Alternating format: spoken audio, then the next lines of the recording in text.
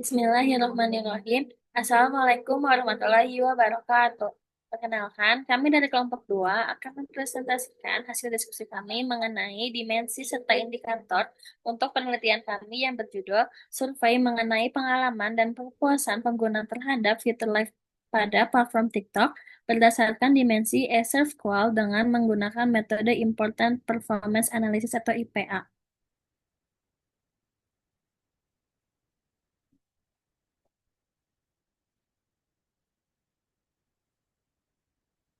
Adapun anggota kelompok kami, saya sendiri Elsa Ristiani dengan NPM 024, ada rekan saya Reza Salsabila dengan NPM 011, Nabila Siti Latifah 020, dan Elsa Widiandini 021.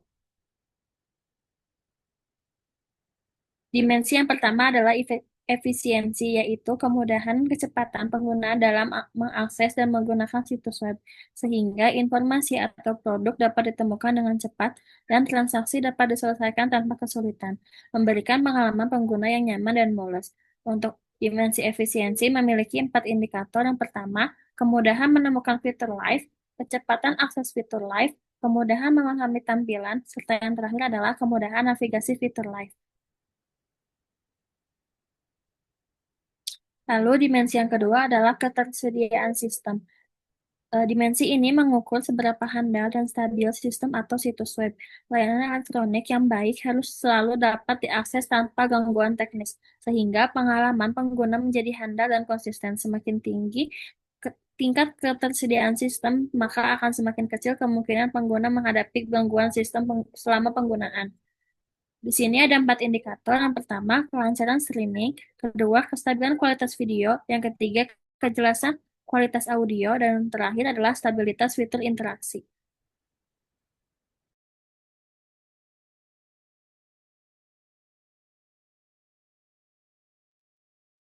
Selanjutnya ada dimensi pemenuhan. Dimensi ini mengukur sejauh mana fitur live pada platform TikTok dapat memenuhi janji dan harapan pengguna, terutama terkait keandalan, ketepatan waktu, dan kualitas pengalaman interaksi. Fitur yang berfungsi sesuai harapan pengguna akan menciptakan pengalaman yang memuaskan dan meningkatkan kepuasan pengguna.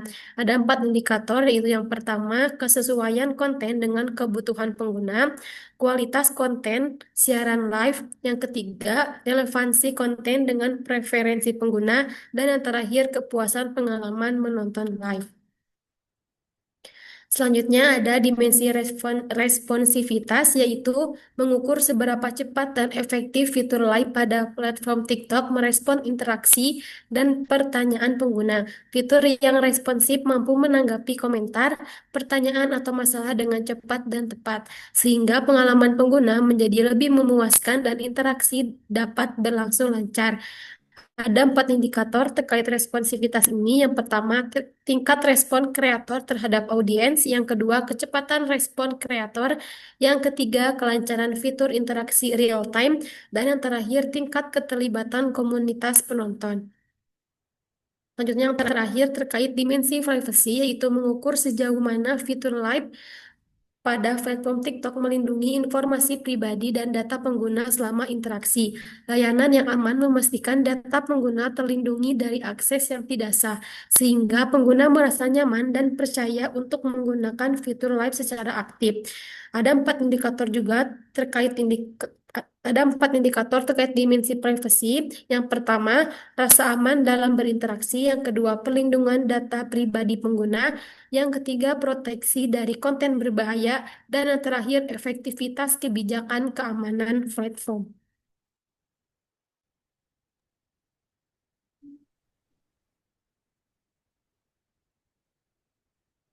Selanjutnya ada rancangan kuesioner.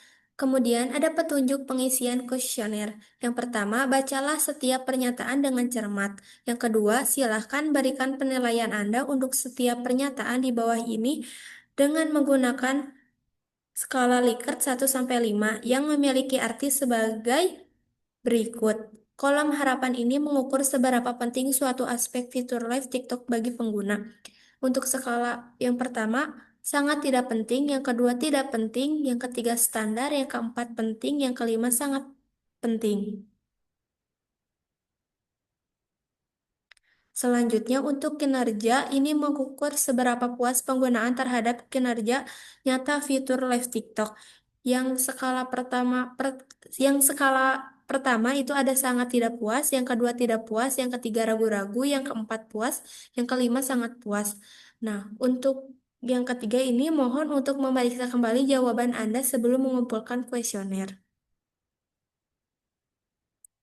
Untuk identitas kuesioner, yang pertama terdapat nama lengkap, kemudian jenis kelamin dengan opsi perempuan atau laki-laki, yang ketiga usia, yang keempat domisili, yang kelima frekuensi menonton live TikTok dengan pilihan setiap hari 3 sampai 5 kali seminggu, 1 sampai 2 kali seminggu, atau jarang atau kurang dari 1 kali seminggu.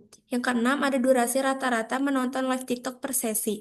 Untuk pilihannya, kurang dari 15 menit, 15 sampai 30 menit, 31 sampai 60 menit, atau lebih dari 60 menit.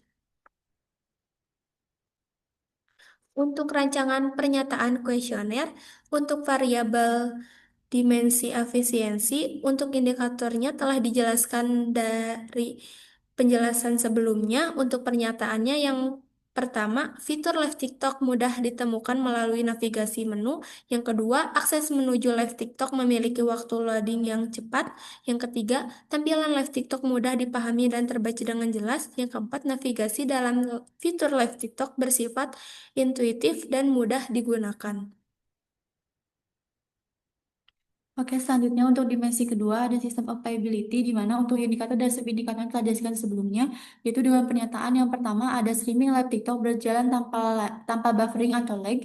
Terus yang kedua, kualitas video live TikTok stabil dan konsisten. Yang ketiga, kualitas audio pada live TikTok terdengar jelas. Dan yang terakhir ada fitur interaksi di live TikTok berjalan stabil. Untuk dimensi ketiga, full fulfillment, di mana untuk pernyataannya itu ada konten live TikTok sesuai dengan kebutuhan saya. Yang kedua, kualitas visual dan audio konten live TikTok memadai. Yang ketiga, konten live TikTok sesuai dengan preferensi pribadi saya. Dan yang terakhir, saya puas dalam pengalaman menonton live TikTok secara keseluruhan. Dan untuk dimensi yang keempat, responsif, di mana untuk pernyataannya yang pertama, ada kreator live TikTok memberikan respon terhadap komentar penonton. Yang kedua, kreator live tidak merespon dengan cepat. Yang ketiga, fitur interaksi real time berjalan lancar dan sinkron. Dan yang terakhir, ada komunitas penonton live TikTok aktif dan saling terlibat. Dan untuk dimensi yang terakhir yaitu privacy atau security, pernyataan pertama, saya merasa aman secara psikologi saat berinteraksi di live TikTok. Data pribadi saya terlindungi saat menggunakan live TikTok. Yang ketiga, TikTok memiliki moderasi yang baik terhadap konten berbahaya. Dan yang terakhir adalah kebijakan keamanan TikTok diterapkan secara efektif. Dalam rancangan kami, baik kolom harapan maupun kinerja, yaitu memiliki item-item pertanyaan yang sama. Oke, baik. Mungkin cukup sekian dari presentasi yang dapat kami sampaikan. Selebihnya mohon maaf. Wabillahi taufiq wal hidayah. Wassalamualaikum warahmatullahi wabarakatuh.